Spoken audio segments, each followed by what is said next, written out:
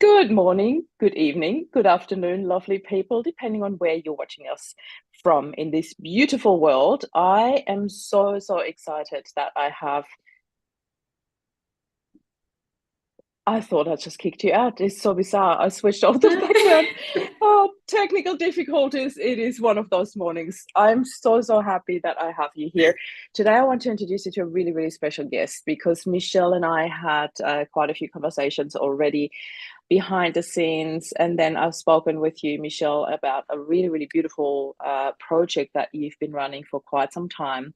And now it is out live. I'll leave that for in a little while. So I'll keep the suspense. And why don't you do us the honor to introduce yourself to our audience? Pardon me today. I'm a little bit out of whack today. So Michelle, please introduce yourself. Oh, Marie, thank you so much. It's an honor sharing this space in this beautiful podcast, Your Labor of Love with you. My name, is Michelle Falzon, and we crossed paths some months ago, actually, didn't we? Yes. In your gracious efforts in recognizing that I had reached out to people from all over the world Yeah. to take part in a beautiful collaboration, a project. And that project is my book, Healing Horizons, Real Stories of Growth and Transformation from Real People. And you were one of the remarkable souls that said, yes, please, I would love to share my story with you. So Yeah. your beautiful journey of adversity and growth and transformation is part of Healing Horizons that's now published and available for people to purchase and read and embrace and hopefully be inspired by your story as well as everybody else's stories in this book. Yeah. Thank you so much. The shout out was about you, not about me, but thank you. I really appreciate it. But it is part of the story how we met. I totally appreciate that. I would love to hear from you though. What is your connection with grief and what gave you the idea to even come up with this beautiful project where you collected so many different stories? And I'd love to hear the whole story, and obviously our audience would love to hear it too. Yeah. Well, it's been a journey. So I'll take you back to 2007, actually, when I graduated from a grad dip Mm-hmm. at university and I Yeah. became a teacher. And essentially, I was in education for 16, 17 years. Wow. Loved it. I did an undergrad in a Bachelor of Contemporary Arts, didn't know what to do with it. And I thought, well, you know what? I love helping people. I love teaching. And so I fell into this teaching space. And I honestly thought that I'd be in it for the rest of my life. Mm. 7 years into that career, I was faced with, at the time, a really challenging class, a really Mm. difficult senior class Mm-hmm. for a subject that I was teaching at the time. So you were a high school teacher? Yeah, was a Yeah. high school teacher, Hmm. and I, I, I, I guess I was challenged by this class in many ways. Mm. And uh, at the beginning of that year, it was 2012. I Hmm. fell pregnant with my Mm. second child. So I was feeling very blessed. Mm. And with the challenges that I was facing with this class, the ups and downs, and it was constant, it was quite monotonous. Mm. I got to a point where I basically had a nervous breakdown in that classroom after 6 months Mm. of trials and tribulations and Yeah. attempting to get this cohort of students to a position where they were ready for their mid-year exams. Yeah. I lost it. And I was approximately 14, 15 weeks pregnant. Wow. And yeah, as you can imagine, I was, quite public with my profanity in that space. Mm. I walked out, I'd cried for the next 4 hours. I was very transparent with the Mm. incident that had unfolded Yeah. in articulating what came out verbally in front of this class, and you know, I couldn't have been any more honest with the principal, and I owned it. And I was very fortunate that there was no reprimand to be taken, at least not from a career perspective. But unfortunately, what followed was the beginning of the devastating heartbreak that I did not foresee coming. And just shy of 18 weeks, I ended up in hospital with what we originally thought, my obstetrician and I, was a uterus infection, or uterus infection. And I was placed into a ward and given IV antibiotics, and a few hours later I was feeling quite uncomfortable, and my waters ended up breaking, and it took 24 hours for my body to go into natural labor. And on the 27th of June 2012, my angel Hope came into this world without her heart beating. And that transitioned into what I did not see coming in the death of who I once was for the first 27 years of my life. And the rebirth into the woman that I am sitting with you and your incredible viewers today. So it is an experience that 12 years on now, I have been able to transmute that pain and that energy into gratitude, essentially, because it's interesting when you look back on your life in various different ways, that you realize that you're sort of living a life that wasn't truly in alignment with who you that are. Deep soulful existence. And you know, I always felt like there was just something missing. I just couldn't quite put my finger on it. And it's only now when I reflect back, not just only on my journey of 12 years so far, but also the last almost 42 years of my entire life, that I realized the first 27 years of it, or 29 years of it, I wasn't really connected to the soul of who I really am.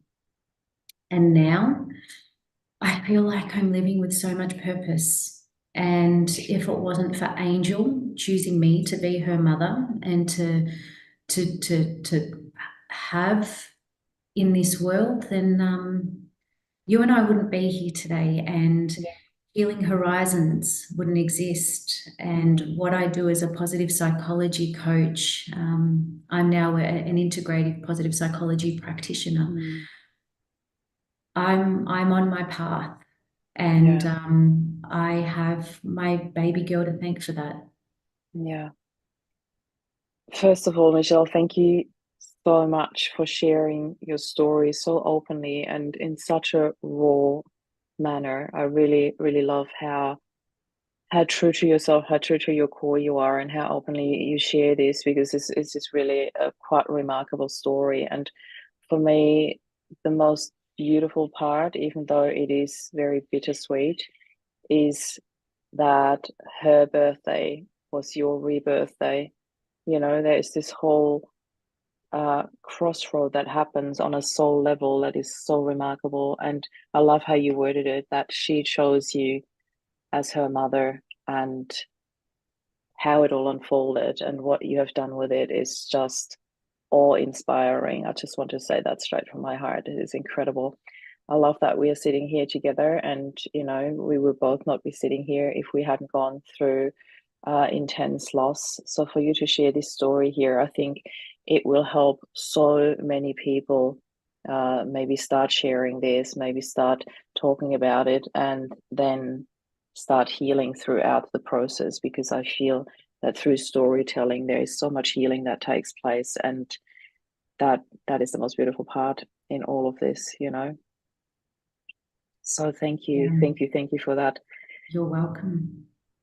It does sound sometimes so much easier than it really is when you are walking through that path. It is not a, on the 27th of June, all of a sudden my life changed and I was the woman that I am today. It's not like that. We both know that it is a rather lengthy, very intense, hugely emotional part, and it takes a lot of courage to walk that journey. And I would love to hear from you the continuum of the story. What happened after Angel Hope had this, short appearance here in your world to change everything in your world? What happened thereafter? How did you actually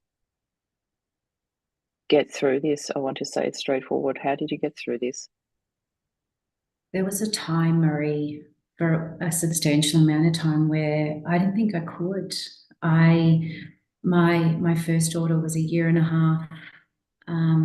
She was 1.5 years old, and it's interesting how powerful the mind actually is. Mm. I started to question, how do I walk back into a classroom Mm-hmm. or into a school setting for that matter, Yeah. having one day been there with this beautiful pregnant belly Mm. to then just not show up. And I'm, Yeah. not talking like for 1, 2 days, 1 week, 2 weeks. I was off work Yeah. for quite a while, Yeah.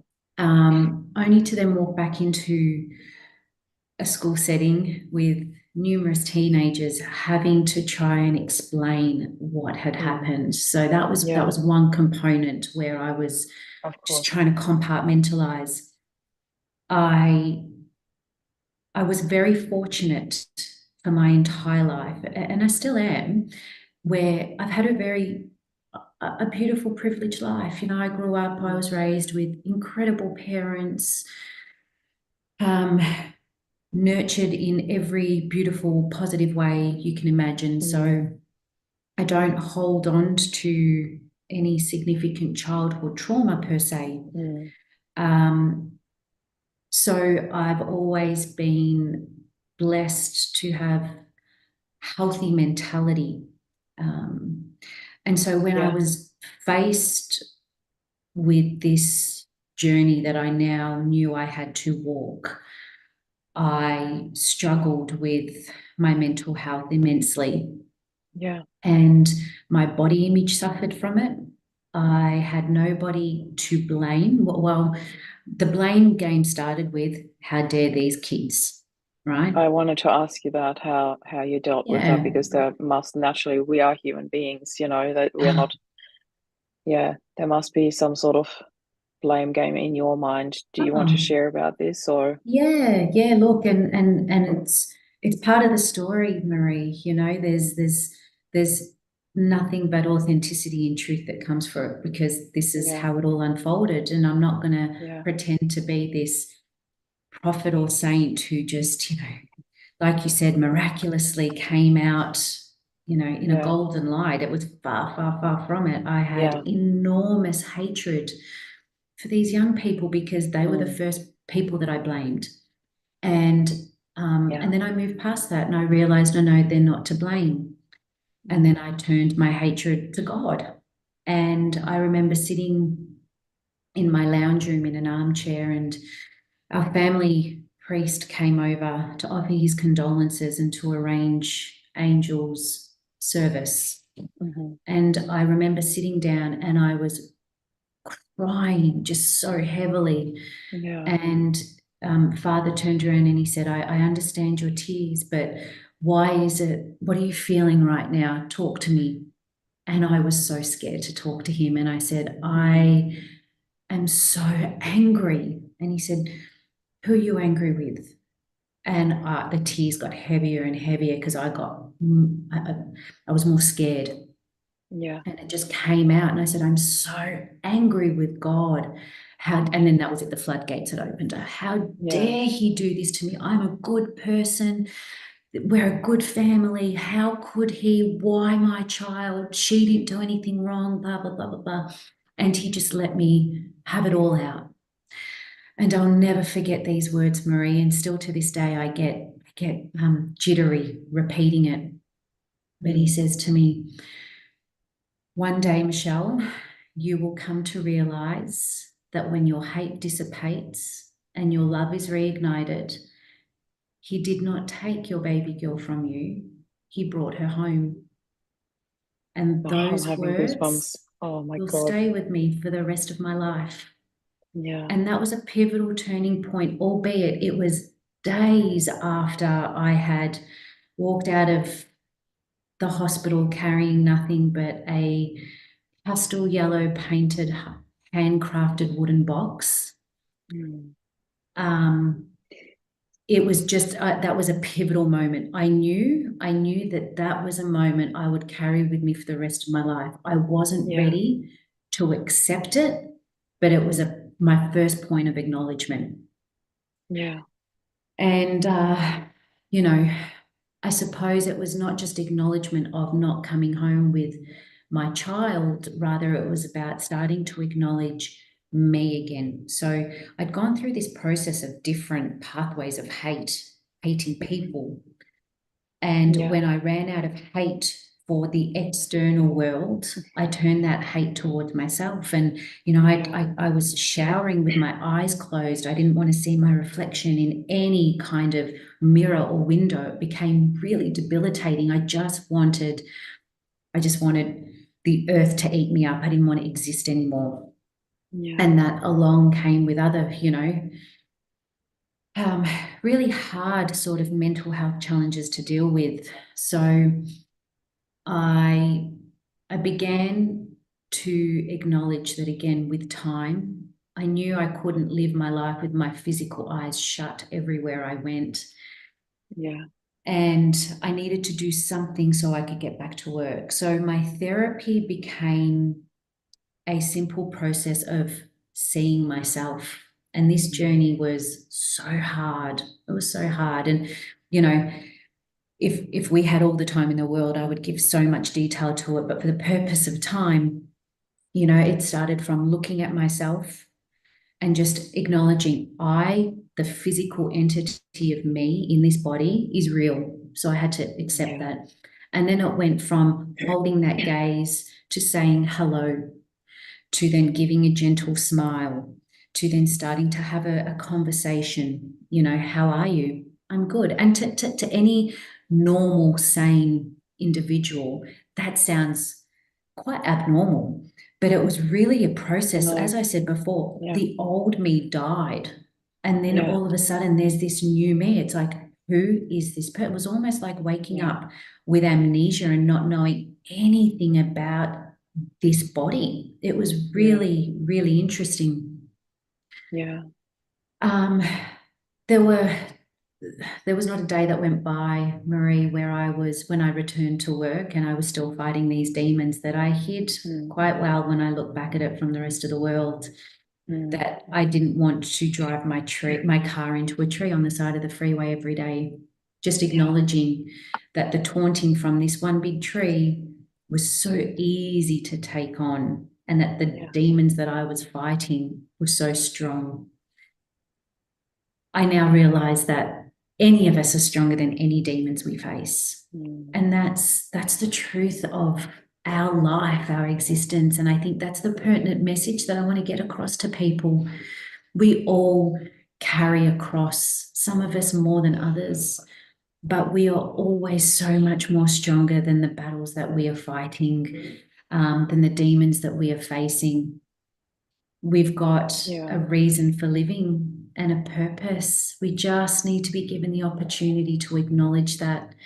So it's and to find that as well, amongst all the turmoil and the emotional hurdles and waves that can feel like mountains in front of us. I want to ask you as well, like, your 1.5-year-old, how did you explain that?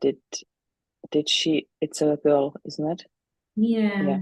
Did she know that you were pregnant? Because at that age, it's such a strange concept for them. They don't really understand that. So how did you handle sharing that with her? Because for her, it must have been so hard to see you go through such pain and not understanding why.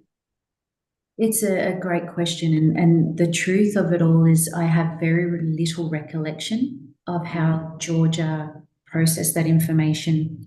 Oh, I you love that became name. so insular so quickly that I actually don't recall having any conversation with her about Hmm. why mummy's belly doesn't look the same Yeah. or what was happening to me in that change of transformation, transition, pain. Whether anybody else in my family did, I don't know. And actually, I've never really asked the question. Hmm. But I also felt pregnant 3 months after losing Angel, and that was part of my healing journey because I Wow. knew that if I did not fall pregnant, or if I didn't try to fall pregnant, I wouldn't have another baby. And that was detrimental to my healing. It's still part of my story that I'm yet to be able to find the words to Mm. really articulate the how and the why in that Hmm. soulful emotional experience. Yeah. But I just knew that was part of my armory that I needed to Mm. construct. Yeah. And Julian is now 11. And both Georgia and Wow. Julian know of their sister, Hmm. and we celebrate her birthday every single year. And I, with no conscious intention necessarily, rather, it's been very natural and organic. She Hmm. is a part of our family every single Mm. day. The kids, for whatever reasons in their Yeah. schooling, have written stories or letters to her or about her, in the context of what they're learning in the classroom. And Hmm. it makes me feel whole, even Yeah. though she's not physically in this realm with us, she is Mm. never far away. And it's the Yeah. most beautiful space to sit in and share with my family. Mm. I love that you do that because there are families out there who don't acknowledge that. And interestingly enough, it really has an impact on the family, on the other children when they feel there is something missing and they just can't put words to it because they either don't know or don't understand or it's not spoken about. So I find that very, very healing and beautiful that you actually do acknowledge that and speak of her and that she's part of your family because she is, I've always been very fascinated and I'm also trained in family constellation. So there's a whole other chapter that we could talk about, but that's for another podcast. I would love to get to the most beautiful outcome of that story, your book. How, when did you come up with this project? Tell us about it because this was our connection point. When I saw your post about it, I'm like, I would love to contribute to that.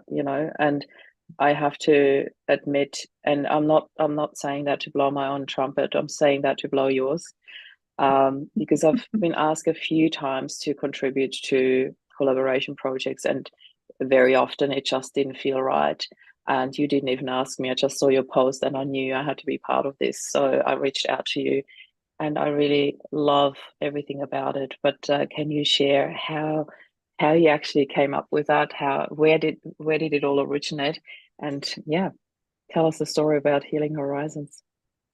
I would have to say that for the last 5 years, I've always been driven to share my story. And it's not because I'm looking for sympathy, rather than it's about acknowledging that I went through something and I've learned so much along the way. Why would I not share that experience with the interventions that have helped me get to where I'm at with the Yeah, rest of the world or whoever wants to listen? yeah. And I procrastinated for so many years. I just found every reason under the sun to not start. Coincidentally enough, earlier Mm. this year, I applied for a grant scholarship with the State Library here in Melbourne, and I wasn't successful in getting that, but it was Mm. also the catalyst for me going, I don't need that. I Hmm. can do this on my own. And all of a sudden, there was this light Yeah. bulb moment. I went, hold on a second. this is not about just me. There are so many people from all over the world who have gone through so much adversity, so much heartache, so much turmoil, whatever that may look like, you know, whether it be vicarious trauma, collective trauma, whatever that is. And there are so many people who have come out the other side of this experience transformed. Yeah. Let's bring this together. And this is where I felt like I was in meditation one day, and I vividly remember sitting on this cliff edge. Mm. No harness, no nothing. And it was just like a sheer drop, but I was so safe. And I was just looking out onto the horizon. And that is literally where Healing Horizons came from, because I knew that whatever is beyond us, whatever is on the other side of the darkness, however long it is, there is always healing, always Yeah. healing. And so yeah, Healing Horizons has come to be. It's the most, for me, beautiful labor of love I've ever created. And it's because people like your incredible self have taken part in it. I Yeah. get to share Angel's name with the world. I get to also share in this book my Alchemy of Transmutation, which is basically an 8-step process of what I went through in this healing journey. And it's not a timeline, it's Yeah. just a step-by-step transformative process that helps us transmute the energy we carry because of our experiences and the emotions we then build, and how to shift that into something different. And Yeah. yeah, it's something that I'm really excited for many people to read, hopefully, you know, so that they can Yeah. understand that post-traumatic growth as a scientific construct is real. It's not just Yeah. pseudoscience. It's not just research in one part of the world on a particular group of people that's stereotyped. It's accessible to every living organism on Earth. And if we think Yeah. about it, you know, a fire can ravish hectares and hectares of natural farmland and Yeah. earth. And as the seasons come and go, rejuvenation occurs. So what Yeah. once is barren and dead and, you know, horrible on the human eye, with time and love and nurture, it comes back to life. And if anything, Yeah. it comes back even more beautiful than what it once was. Part of nature. We're Yeah. exactly the same. Yeah. Yeah. I love that you bring that comparison in because, you know, especially both of us living in Australia, you know, we deal with the topic of fires um, very, very ongoing, really, through every summer. There are stories and horrendous stories of fires coming through. And I often feel like, because just a suburb away from me here, there's this beautiful back way to the highway that I always love driving back ways. It's always been me because it's just usually a lot more nature, a lot more beautiful. You see things that you wouldn't see if you just, you know, whiz past on a highway. And there's this one road that I love driving through, and it's literally covered by trees. You drive through, and it's just right in the bush. And after the fires that had come through, and they're also done some back burning every summer, so you know that wouldn't happen. You see everything black, and then all of a sudden the green starts coming through, and it's just such a beautiful comparison for what happens in our healing journey. It can come through with such force, and it really feels like everything's dying, and then all of a sudden when the healing starts happening and the juicy green comes through, and then it grows taller and taller, and you see how all of this is part of nature, and that some of the you know, plants wouldn't even be able to survive, or uh, yeah, if there wasn't this, you know, with the seeds. I'm not really great at that, but somebody explained it to me that some of the seeds have to be broken open by fire to actually then be able to be planted again and grow.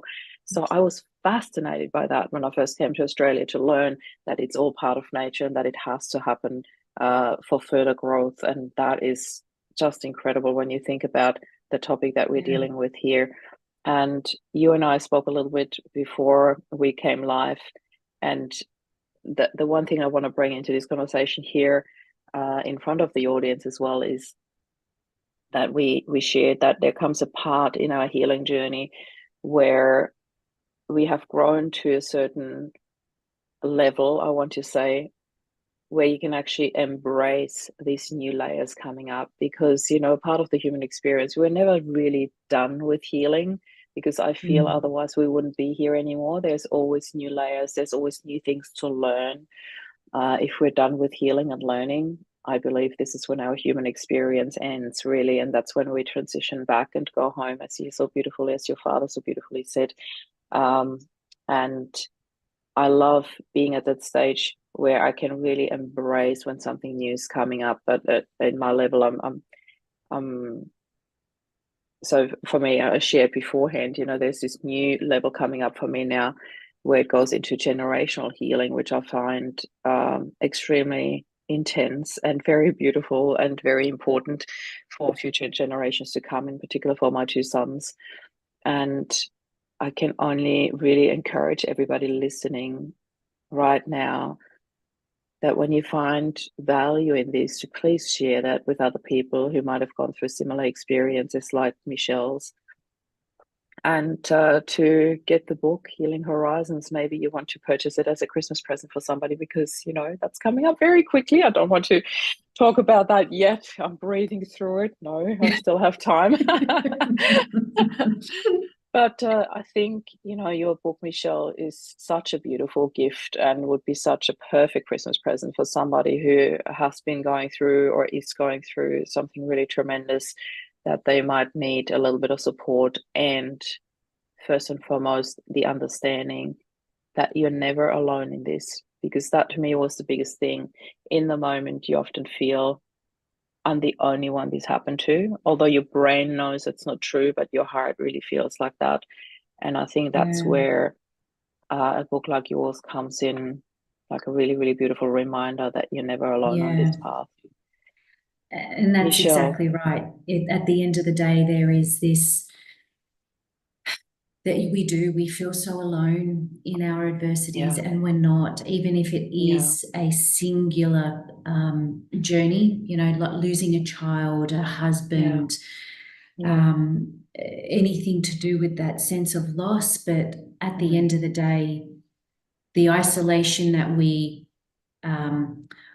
think about, that we feel like it's just me in this tornado, this whirlwind, it's not real. It's not real.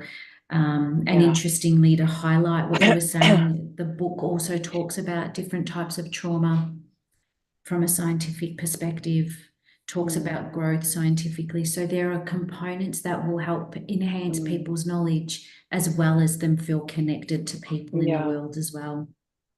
I love that. I love that. And rest assured, we will be sharing all the links in the show notes, so you can reach out to Michelle, you can purchase the book, you can ask questions, send us feedback, whatever you would like to do. Please feel free to reach out and connect. Michelle, would you like to do us the honor and wrap up our beautiful conversation here today? If there's one thing that you would love for people to take away from this conversation, what would that be?